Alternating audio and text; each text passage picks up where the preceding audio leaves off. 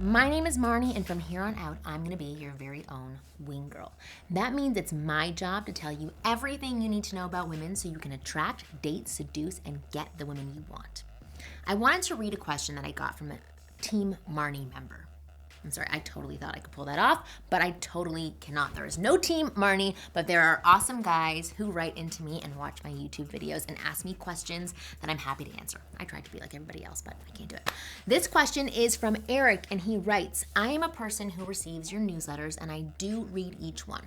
Very good of you, Eric. I particularly like the audios because I can download them to my MP3 player and listen while I drive. There's a topic that I'd like to hear more about, and it would have the most punch if it came from a woman. All of the big dating gurus are telling me that to get a great girl, I have to have complete control over my life, all aspects. I currently am trying very hard to make a living by my own means so that I can have complete financial control over my life. I am doing this for me. The gurus would have me think that since I have not yet achieved my goal, that a quality person wouldn't want to date me. So I feel very insecure that I have a day job when what I really want for my life is complete control. I'd like to hear what a woman, girl, female would have to say about this. Would a quality person not want to be with me? How could she reconcile being with someone that doesn't quite yet have the control he wants? I find myself trying to not get involved because I have this issue. It's like I'm putting my life on hold until it happens. Well, that's a topic I'd like to hear more about. Hope that helps. Eric.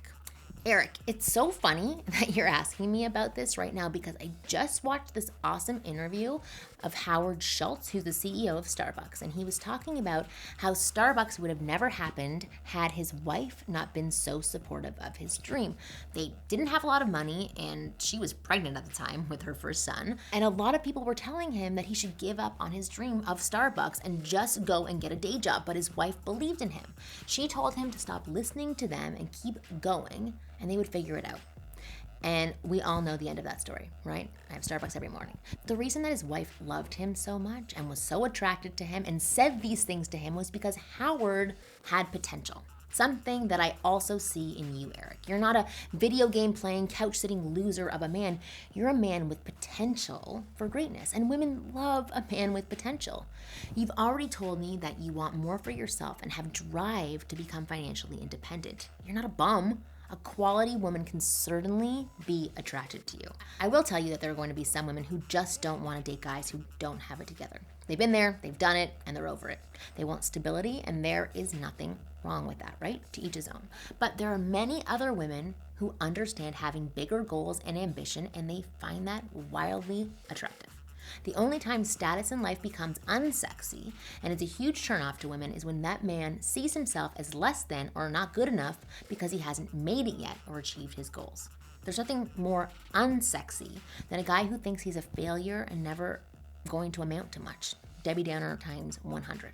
Be proud of your goals and your drive and understand that you have potential that quality women will definitely latch onto. Every woman wants to be the woman behind a great man, and that great man could be you as long as you don't let those negative thoughts get you down.